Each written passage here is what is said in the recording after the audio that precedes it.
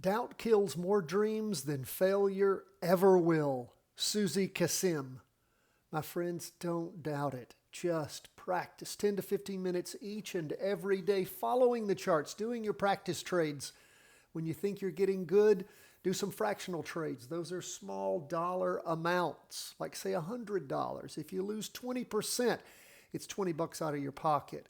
If you start using thousands of dollars when you don't know what you're doing, I always recommend just go to Vegas. At least you'll be able to see a show when you lose your money. So practice, practice, practice. Don't worry about how long it takes, because once you become a charting master, you will make up for all the time you ever spent. Let's jump into these charts. We see stocks and gold up, bonds and Bitcoin down. Now, it's getting exciting. We're almost, and we still got Friday to get up to average volume. We're really close to it on the S&P. We have a green spinning top. It's a bigger top than I hoped for. I like these little green spinning tops when you have like rollovers here, which of course we jumped into. And of course we had a beautiful spinning top here. We had a dead week after hitting the bottom. That was the interim low. And then, of course, a beautiful buildup. I am thinking, since this is an election year, after those 3 weeks of panic, the market, the people in charge are doing everything they can, because it's the party that, of course, is in charge right now that would like to win in November. They sure don't want to see the economy trashing out right before the election. Never good. So all the strings will be pulled to try to get this market to go up. And that appears to be what's happening. No guarantees, but again, might look to practice trade and pull the trigger tomorrow.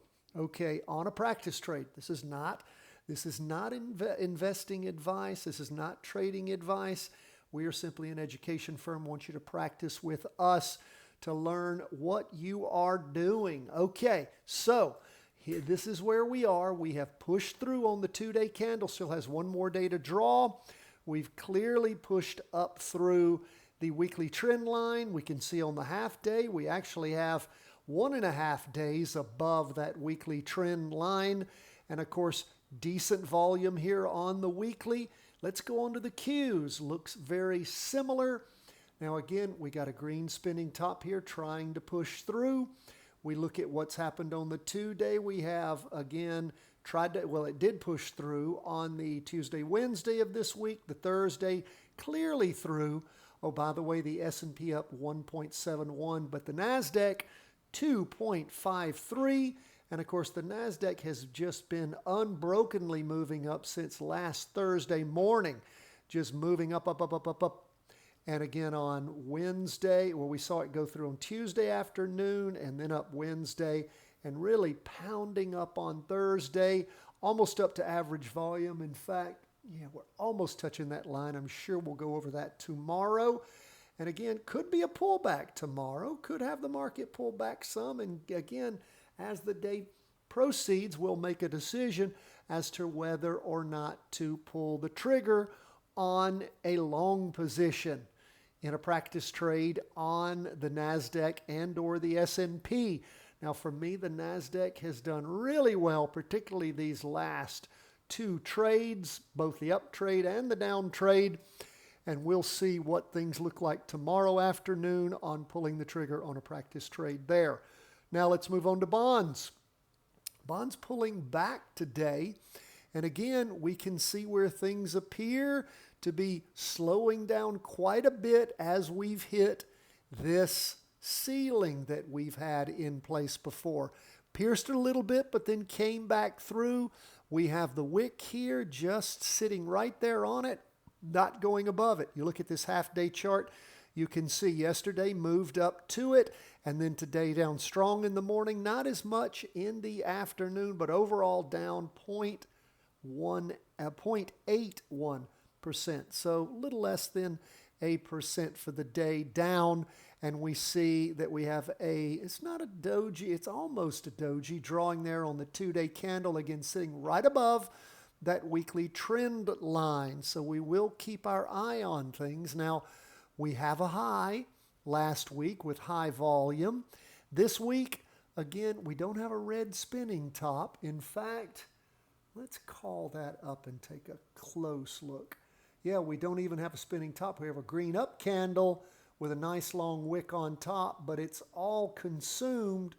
Well, not all consumed with the wicks, not consumed with the prior candle body. But again, burning off a lot of energy. Maybe things will tick over this next week and move down, forming some kind of red down candle if it bounces off strongly. But right now we got nothing to get us in to any kind of trade on bonds at this point. Now, let's keep moving. We'll move now on to gold. It is up a little bit, 0.31%. And of course, it's interesting what we have on gold here. Please don't be confused by these dashes that we get when we highlight. We're going to move to the side here, but we're looking at this 2-day candle. You can see that it is a green spinning top above that prior ceiling. We've been popping up above that quite a bit. In fact, we might be able to, I like to draw my ceilings on the weekly trend line, but it looks like if we move it to about here, we have a little bit higher ceiling. And again, we see a slowdown there with that green spinning top. This is just the first day of that latest 2-day candle.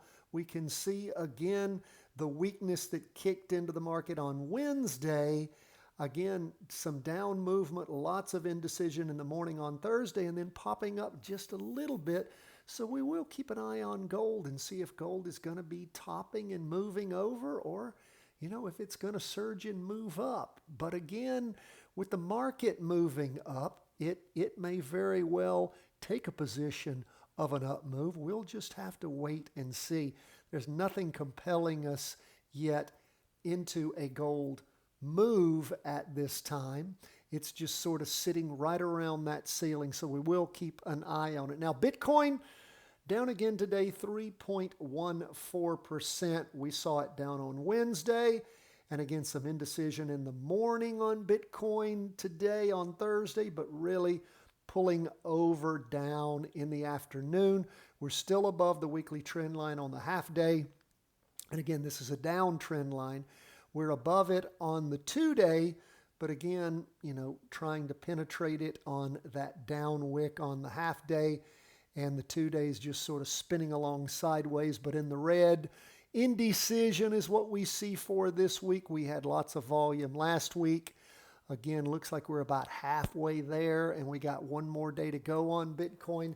So it looks like Bitcoin's just sort of hanging out, trying to figure out what it's going to do, but with a lot of downward pressure. So what are we looking for tomorrow? We are looking for, as the market, gets on in the day, the ability to jump into a long position on a practice trade on either the S&P 500 or the NASDAQ 100. I've preferred the NASDAQ 100 lately, and we will again look at that as the day wears on and see if we pull the trigger before the market closes. Thanks so much for being with us. We always love to hear from you and so appreciate our Patreon sponsors. I will be posting for the Patreon members your weekly vertical crossovers and sending that email out this evening. God bless, my friends. All the best from the whole team at Charting Wealth World Headquarters.